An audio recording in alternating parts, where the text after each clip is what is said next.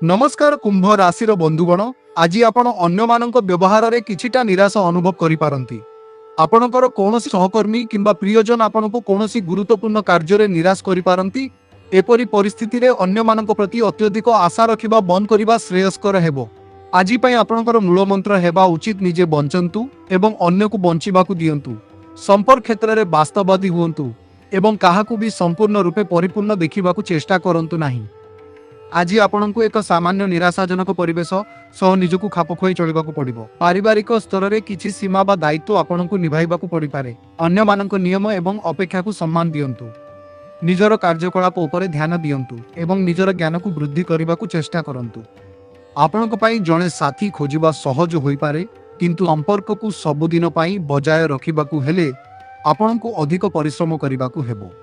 आज आपण निज साथी सह एक सुंदर रोमांटिक समय बिताइबा पई योजना करि पारंती। निजर व्यक्तिगत एवं प्रेम जीवन रे एक नूतन मोड़ आनिबा पई आजिर दिनटी बेस अनुकूल। समस्त बाधा विघ्न सत्वे निजर उत्साह बजाय रखंतु। दिनटी आपणको पई शुभ हो। प्रेम राशिफल विषय रे आसंतु जानिबा। नमस्कार कुंभ राशि बंधुगण। प्रेम एवं संपर्क क्षेत्र में आज आपण निज साथी शक्तिर एक दृढ़ स्तंभ साजिबे। आपणक साथी हुए तो कौन एक कठिन समय दे गति करुछंती, जोथिपाई आपणक समर्थन और साहचर्य सेमानक पाई अत्यंत जरूरी। आपणकर एक छोट चिंताधारा किंबा शांतिपूर्ण कार्यकलाप सेमानक मन को एही परिस्थिति दूरे रखिबारे साहाय्य करिवो। आज सेमानक पाखरे थिबारु सेमाने सारा जीवन आपणक निकटरे कृतज्ञ रहिबे। यह आपणक प्रेम एवं स्नेह को नूतन रूप देवार एक सुंदर समय। आज आपण निज संपर्क को आउरी मजबूत करने एवं निज मन मुताबक साथी स्मरणीय मुहूर्त अतिबाहित करने को इच्छा करेंगे। आपणक लक्ष्य हासिल करने आपणक पाखरे अनेक दक्षता शक्ति अच्छी, किंतु सर्वप्रथमे आपणक निज उपरे विश्वास रखिबाकू हेबो। निजर आत्मविश्वास एवं भल पाइबाकू पुंजी करी आगकू बढ़ंतु।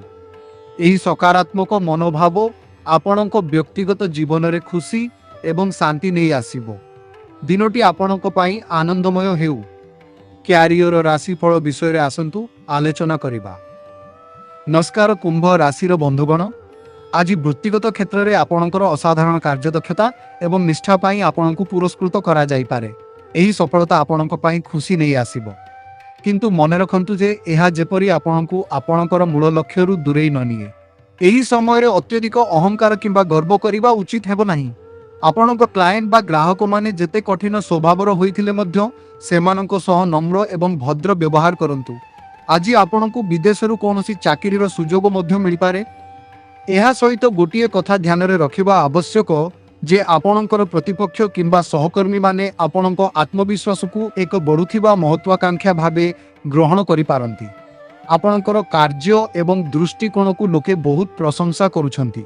आपणकर चिंताधारा वास्तवता उपरे आधारित हेबा सह अन्य मानक पाई बेस प्रेरणादायक और आकर्षणीय मध्य रहिबो।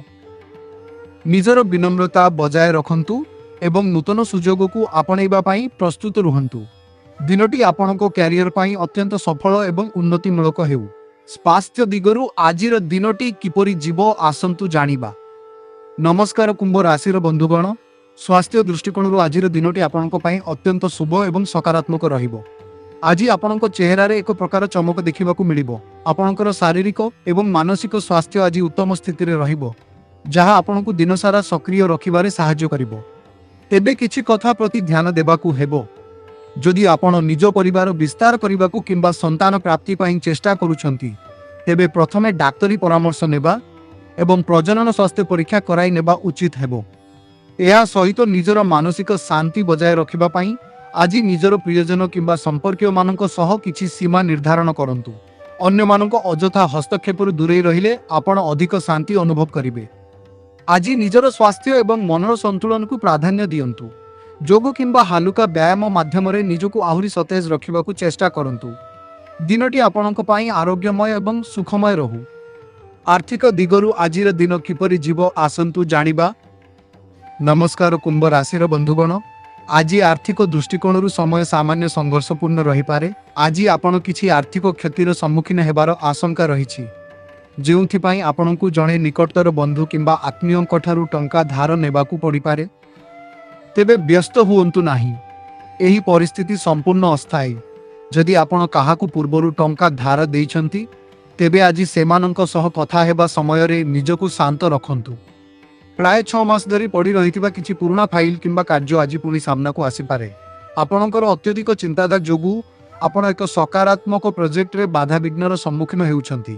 ଏହା ଉପରେ ଗଭୀର ଭାବେ ବିଚାର କରନ୍ତୁ। ଏହି ବିଷୟରେ ଜଣେ ବିଶ୍ୱସ୍ତ ବ୍ୟକ୍ତିଙ୍କ ସହ ଆଲୋଚନା କରିବାର ସଠିକ ସମୟ ଆସିଛି।